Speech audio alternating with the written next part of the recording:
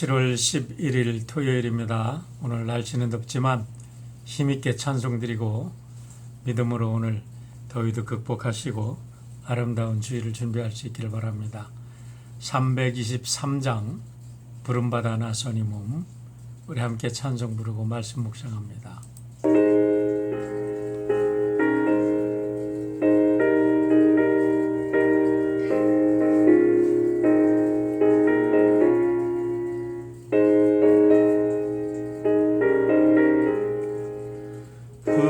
부름받아 나서니 몸 어디든지 가오리다.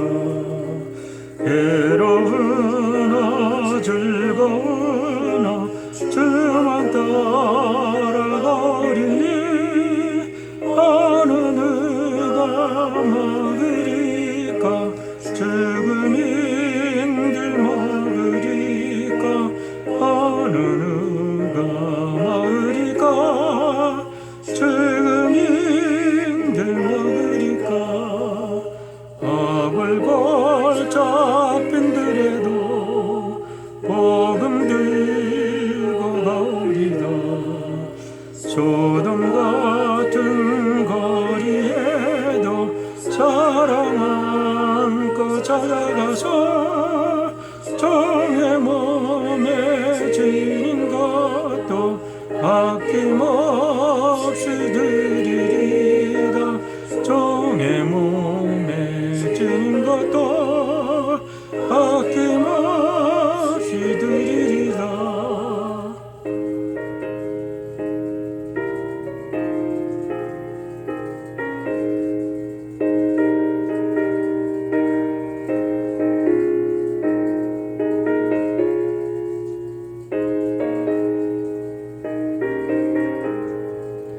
전비 영광 모든 권세 주님 홀로 받으소서. 멸시천대 십자가는 제가 지고 가오리다. 이름 없이 빛도 없이 감사하며 섬기리다. 이름 없이 빛도 없이 감사하며 섬기리다. 아멘.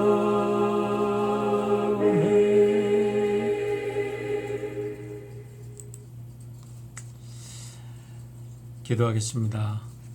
사랑의 아버지 하나님, 감사합니다. 더운 날씨 속에서도 살아가는 성도 한 분 한 분 주님의 날개 아래 품어주시고 지켜주셔서 오늘 복된 주말 아침을 맞이하였습니다. 오늘은 우리의 몸과 마음과 영혼을 깨끗이 하고 주님을 예배하는 복된 주일을 준비할 수 있도록 인도하여 주시옵소서. 다시 한번 우리를 이 땅에 보내시고 우리를 통하여 아버지 하나님의 뜻을 이루시고자 하는 아버지 하나님의 귀하신 사명을 다시 한번 깨닫고 우리가 하나님의 부르심에 충성스럽고 온전한 주님의 아들 딸들 되도록 이날을 축복하여 주시옵소서. 감사드리며 예수님의 이름으로 기도하옵나이다. 아멘. 오늘 역대기상 12장 말씀 우리 함께 읽겠습니다.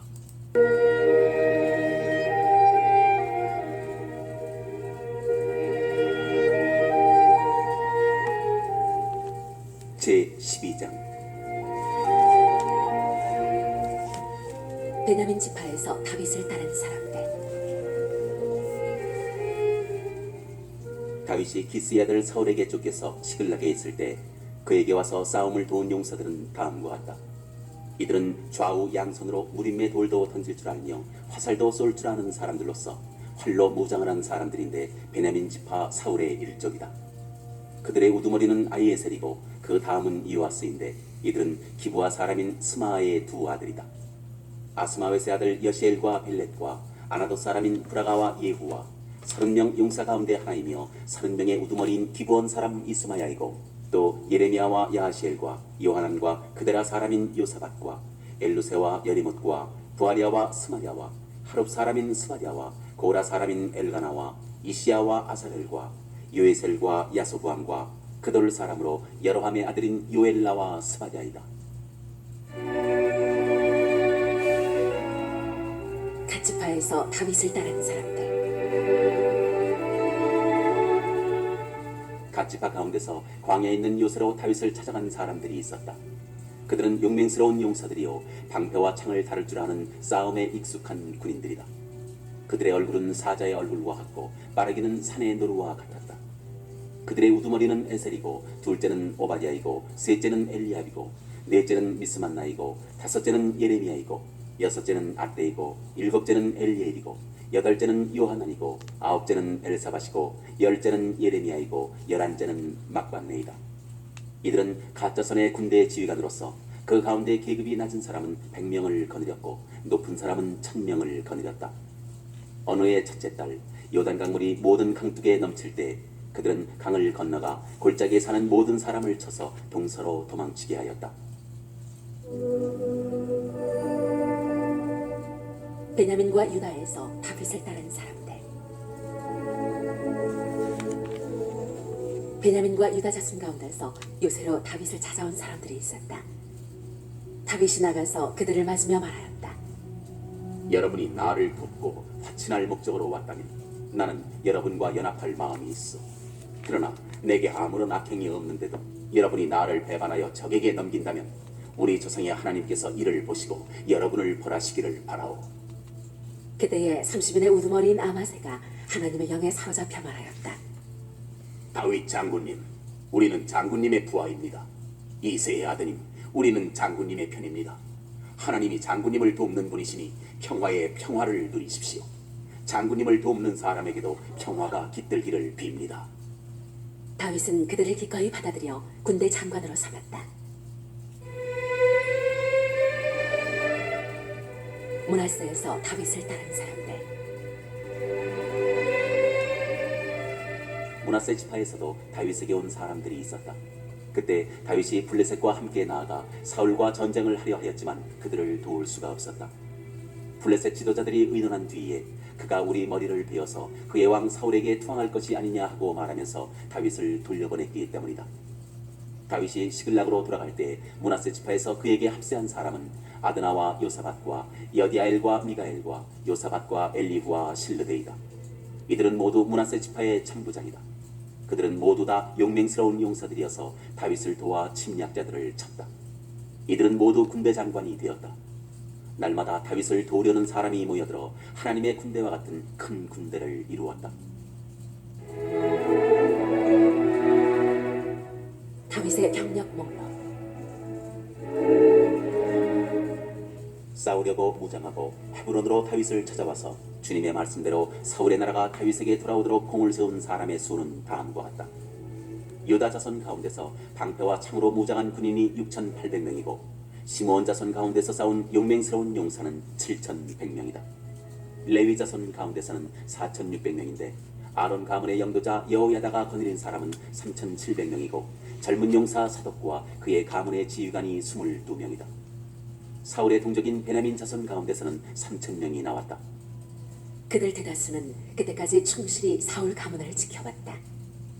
에브라임 자손 가운데서는 28,000명인데 그들은 다 자기 가문에서 유명한 사람들로서 용맹스러운 용사들이다.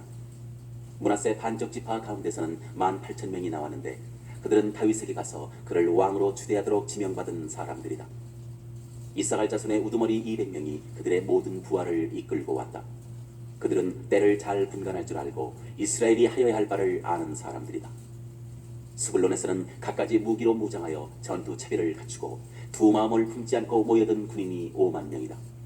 납달리에서는 지휘관이 1,000명이고 그들과 함께 창과 방패를 들고 온 사람이 37,000명이다. 단에서는 전투 체비를 한 군인이 28,600명이 나왔다. 아셀에서는 전투 체비를 하고 나온 군인이 40,000명이다. 요단강 동쪽에 있는 루벤과 갓과 므낫세 반쪽 지파에서는 갖가지 무기를 가진 군인이 120,000명이 나왔다. 전투 체비를 한 이 모든 군인이 다윗을 온 이스라엘의 왕으로 추대하려고 충성된 마음으로 헤브론으로 왔다. 그 밖에 남은 이스라엘 사람도 모두 다윗을 왕으로 추대하는 데 뜻을 같이 하였다. 그들의 동족이 음식까지 마련하여 주어서 그들은 거기에서 다윗과 함께 사흘을 지내며 먹고 마셨다. 또 근처에 있는 이사갈과 스불론과 납달리에서도 사람들이 음식물을 나귀와 낙타와 노새와 소에 실어왔다. 밀가루 빵과 무화과 빵과 건포도와 포도주와 소와 양을 많이 가져오니 이스라엘의 기쁨이 넘쳤다.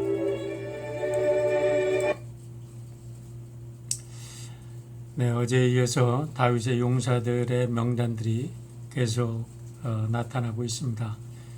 이 명단을 자세히 들여다보면 이곳에 하나님 나라를 건설하는 놀라운 원리와 비밀들이 들어있음을 알게 됩니다. 11장에는 요압 총사령관에 대한 소개에 이어서 다윗의 군대를 이끈 30명의 장군들을 소개하고 있는데 실제로 소개된 인물들의 숫자는 48명입니다. 30명보다 더 많은 18명이 소개되고 있는 것은 아마도 다윗 군대의 30명이라는 이것은 굉장히 중요한 리더의 자리로서 전쟁을 해서 만약에 여기 있는 사람들이 누군가가 죽으면 그 자리를 대신해서 들어갔던 그런 체제였기 때문에 그렇게도 30명의 숫자에 들었던 사람들이 총 48명이 되었던 것으로 우리가 추측을 할 수가 있습니다. 중요한 것은 이 30명의 리더들 중에 가장 뛰어난 세 사람이 첫째 세 사람, 둘째로 뛰어난 사람 세 사람, 이렇게 해서 6명은 그 30명들 중에서도 아주 뛰어난 사람들로 다윗을 위해서 생명까지도 아끼지 않고 다윗을 위해서 충성했던 그런 최측근의 사람들인 것을 보게 됩니다. 근데 이 11장에 보면 30명의 명단에 들어온 사람들을 출신별로 보면 이스라엘의 각 지파는 물론 헷사람, 소바사람, 암몬사람, 모압사람, 아랍 등 많은 이방 지역에서 몰려온 사람들이 있었다는 사실을 강조하고 있습니다. 이것은 다윗의 뛰어난 리더십을 보여주는 동시에 다윗 왕국의 수용성과 포용성 그리고 개방성을 보여주는 것으로서 하나님 나라를 건설하는 근본 원리가 무엇인가를 보여주고 있는 것입니다. 만약에 교회가 오늘날 하나님 나라의 모형이라고 하면 교회에서는 어떠한 인종차별도 있어서는 안 되고 이렇게 모든 사람들을 포용하고 수용해서 하나님 나라의 제사장들로 바꿔주는 그런 역할을 하는 기관이 되어야 된다라는 것을 암시해주고 있는 것입니다. 12장에 들어오면 다윗을 도운 용사들의 명단이 계속되고 있는데 11장과 다른 것은 앞에서 명시된 30명의 명단에 포함되어 있느냐 아니냐와는 관계없이 다윗이 헤브론에서 왕으로 추대되기 전과 헤브론에서 왕으로 추대된 후에 이제 다윗에 의해서 세워진 군대 장관들의 이름을 기록하고 있는 겁니다. 1절부터 22절에는 사울 행전에 다윗이 아둘람 굴에 있을 때에 쫓겨다니면서 이렇게 그 황량한 유다의 광야 굴에 있을 때에 다윗을 찾아온 사람들 그리고 그들이 다윗이 시글락으로 그들을 데리고 망명 생활을 했을 때 함께 있었던 사람들의 명단이 기록되어 있고 23절부터 40절까지는 다윗이 헤브론에서 왕으로 추대받았을 때 다윗에게 나온 장수들을 기록하고 있는데 아주 특이한 점은 사울이 북이스라엘을 이끌고 있음에도 불구하고 그 사울 지파인 베냐민 지파에서 뛰어난 장수 3,000명이나 장수들이 데리고 다윗에게로 와서 다윗을 왕으로 추대했다는 것을 29절에서 강조하고 있습니다. 또 하나 오늘 말씀에도 보여야 될 것은 26절로 28절에 보면 레위 자손과 아론의 가문의 대제사장들이 그 자손들을 이끌고 나와서 다윗에게 충성을 맹세한 것을 강조하고 있는데, 이것은 사울 왕국과는 달리 다윗 왕국은 이렇게 뛰어난 군사들로 구성됐음은 물론이고, 다윗 왕조의 근본 뿌리가 모세의 율법을 중심한 예배 공동체였다는 것을 강조하고 있습니다. 다시 앞으로 돌아가서 1장부터 22절까지의 내용은 사무엘상 22장 1절과 2절의 내용과 연결된 것임을 알게 됩니다.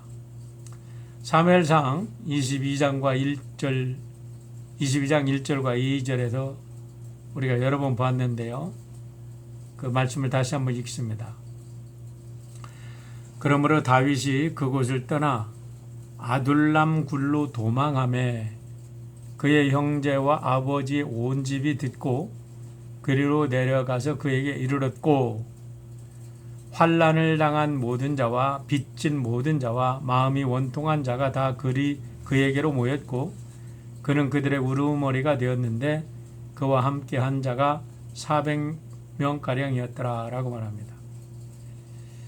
다윗이 사울의 핍박을 피해서 계속 광야로 도망가다가 한때는 베들레헴 남동쪽 10km에 위치한 황량한 유다 광야의 아둘람 굴로 피해 들어갔습니다.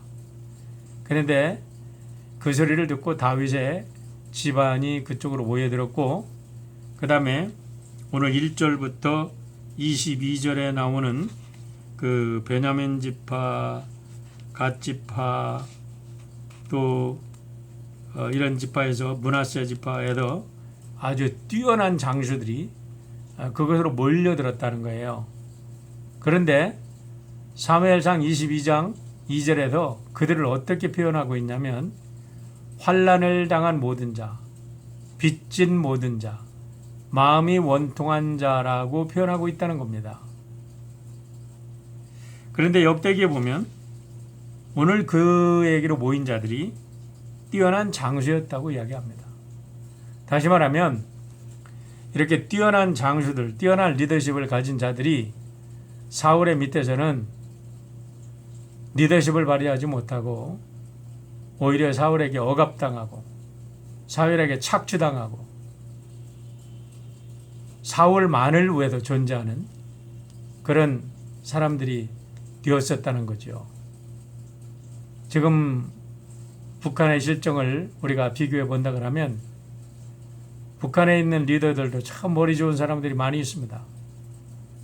그러나 그들 모두는 김정일이, 김일성, 김정은 또 누구예요?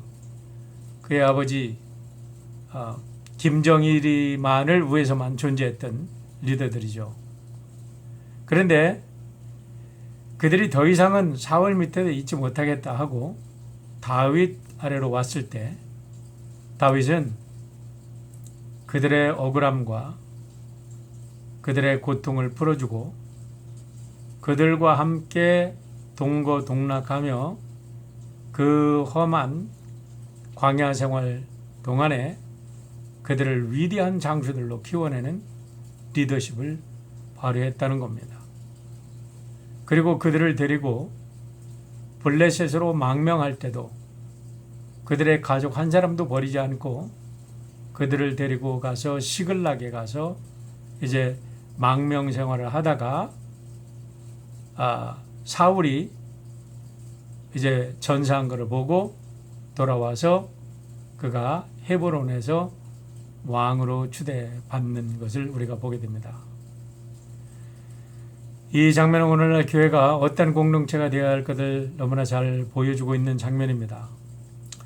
역대기 11장과 12장에 나오는 30인의 장수들 중에 아마 이 아둘람 굴에 있었던 사람들이 상당히 상당수가 포함됐을 것으로 우리가 추측을 합니다. 옛말에 천리만은 항상 있으나 백낙은 항상 있는 것이 아니다라는 말이 있습니다. 백낙이라는 사람은 어떤 사람이냐면 천리만을 알아볼 줄 아는 사람이죠. 인재는 있지만 그를 알아봐 줄 아는 안목을 가진 자는 많지 않다는 것입니다. 나는 우리 교회 모든 성도님들이 오늘 말씀을 깊이 묵상하고 오늘날 위기에 처해 있는 교회를 굳건히 세우는 믿음의 용장들이 되기를 바랍니다. 진정한 용사들은 저절로 세워지지 않습니다. 고난과 시련의 때에 함께 고생하며 함께 웃고 함께 울면서 기꺼이 남을 인정해주고 희생할 때는 내가 먼저 희생하겠노라고 그렇게 자신을 내놓는 사람이 진정한 리더가 되는 겁니다. 자기 생각만 옳다고 자기 주장만 하고 다른 사람들과 협조할 줄 모르는 사람들은 결코 위대한 공동체를 건설해낼 수가 없는 것입니다. 우리가 정말로 건강하고 아름다운 교회, 정말 하나님께서 이 시대, 이 어려운 때에 아름답게 들어 쓸 수 있는 교회가 되기를 원한다면 우리 모두가 한 사람 한 사람을 인정하고 다른 사람을 높여주고 서로가 격려하고 세워주는 공동체가 되어야 될 줄 믿습니다. 옛날 시골에도 농사를 지을 때 보면 농사철이 되면 논과 밭에 나가 일할 일손들이 얼마나 귀한지 모릅니다. 제가 초등학교 5학년 때까지 시골에서 농사 지으며 살았는데요. 그때까지 모내기, 김매기, 보리추수, 밀추수, 가을이면 벼를 거둬들이는 일로 시작해서 모든 농작물을 거둬들였던 기억이 생생합니다. 좀 과장해서 말한다면 시골 아이들은요, 전만 떼면 밭에 가서 밭 맬 줄 알고 전만 떼면 일터에 나가서 일을 배웠습니다. 그 어려운 것들이 뭔지를 알고 그 5, 6월 땡볕에 보리를 추수할 때는 그 보리 가시가 온몸을 찌르고 또 그 더위에 온몸이 가시에 찔려가지고 하루 종일 땡볕에서 물도 제대로 못 먹고 이래야 되는 그런 기억들을 합니다. 한 공동체를 세우는 일이나 나라를 세우는 일도 마찬가지입니다. 하나님의 나라는 세상의 모든 사람들이 더불어 세워가는 나라입니다. 내 중심으로만, 내가 아는 사람들끼리만은 결코 하나님의 나라를 세울 수가 없습니다. 잘난 사람도 있고 좀 부족한 사람도 있고 때로는 아무런 필요가 없을 것 같이 보이는 사람들조차 반드시 필요한 것이 하나님 나라요 교회 공동체인 줄 믿습니다. 아무리 자신의 병들고 아파도 그런 사람들의 기도를 하나님께서 들어주시고 또 그런 사람들이 있어도 건강한 사람들이 그들을 위해서 기도하고 열심히 일을 하고 그들을 서포트하는 것이 교회의 사명이요 교회의 존재 근거가 되는 줄 믿습니다. 오늘 역대기 기자가 이스라엘 12지파는 물론 이방인들 중에서도 다윗 왕조를 세우는 데 큰 공헌한 인물들을 소개하는 이유가 바로 여기에 있습니다. 하나님 나라의 모형인 교회가 바로 세워지려면 우리 혈연, 우리 학연, 우리 지연 끼리끼리만 모이는 게 아니라 이 세상 모든 사람들이 더불어 함께 예수 그리스도의 십자가 안에서 제사장이 되어 함께 섬겨야 된다는 것을 보여주고 있는 겁니다. 이 세상 모든 생명은 하나님께로 왔다가 하나님께로부터 돌아갑니다. 어느 한 생명도 귀하지 않은 것이 없고 무의미한 생명체는 하나도 없습니다. 생물학적인 관점에서 보면요, 어쩌면 코로나 바이러스도 필요하기 때문에 존재하는 줄 압니다. 대장균도 필요하고요. 보면 밥맛이 떨어지고 속이 메스꺼워지는 죽은 사체들을 파먹는 구더기들조차 보면요, 세상을 정결하게 하는 하나님이 보내신 청소부임을 알게 됩니다. 하물며 당신의 아들을 아끼지 아니하시고 대신 죗값을 치른 이상 모든 사람들의 생명이야말로 얼마나 귀한 생명인지 우리의 가슴속 깊이 새겨야 하고, 이 생명의 귀중함을 온 땅에 증거하는 것이 교회의 사명인 줄 믿습니다. 어저께 뉴스를 들으니까 한국의 어느 부모가 다운 신드롬을 난 자식을 필리핀에 갖다 버렸대요. 자기 새끼를 다운 신드롬 가졌다고 먼 나라에, 이방 나라에 가서 아이를 버리고 오다가 걸렸답니다. 참으로 25%가 기독교 국가라고 외치는 한국이 어떻게 저럴 수가 있나. 너무나 가슴 아픈 이야기들이죠. 여러분, 오늘 우리가 어떻게 살아야 하는지, 다른 사람을 어떻게 대해야 되는지, 정말 하나님께서 우리 교회 공동체가 어떤 모습으로 성장하기를 원하시는지, 이 코비드-19 사태를 통해서 다시 한번 우리들의 모습을 적나라하게, 정직하게 우리가 하나님과 사람들 앞에서 바라보고, 힘들고 어렵더라도 새롭게 세워지는 우리 모두가 되기를 바랍니다. 기도 제목을 함께 나눕니다. 내일은 주일 예배입니다. 덥고 힘들지만 주님을 예배하는 날입니다. 하나님을 예배하는 날입니다. 신령과 진정으로 정성을 다해서, 힘을 다해서, 성령 안에서, 진리 안에서 예배하는 우리 모두가 되기를 바랍니다. 기온이 오늘 낮에는 104도까지 올라간다 그래요. 내일 모레 화요일까지 계속 100도가 넘습니다. 모든 성도들 건강하시도록 기도해 주시고, 이와 같이 힘든 때에 코비드-19과 싸우면서 오늘도 투쟁하는 모든 의사들과 간호사들, 그리고 삶의 현장에서 일하는 우리들의 이웃들을 위해서 함께 기도해 주시길 바랍니다. 교회 공동체가 이 어려운 시기를 통해서 정말로 거짓 없이 하나님 앞에서 정직한 모습으로, 거듭난 참된 교회의 모습으로 새롭게 태어나기를 기도해 주시기를 바라고, 그렇게 되기를 간절히 소원합니다. 환우들을 위해서, 그리고 아파하고 힘들어하는 가족들을 위해서 함께 기도해 주시길 바랍니다.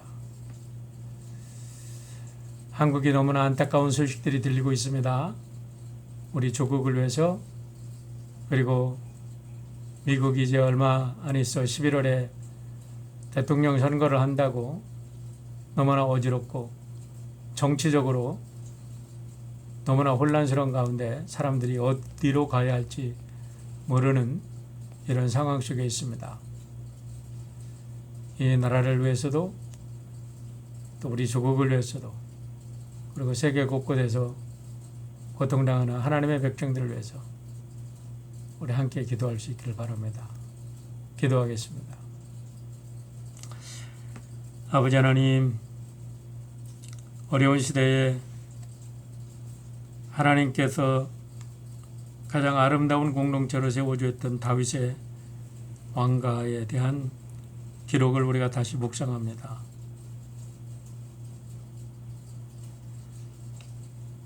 지금부터 3000년 전에 있었던 왕가의 기록을 우리가 새롭게 묵상해야 될 이유가 어디에 있는지 바로 깨닫게 하시고, 하나님께서 우리 공동체를 통해서 무엇을 바라보시고 무엇을 행하시기 원하시는지, 사람을 두려워하지 아니하고 오직 하나님만을 두려워하며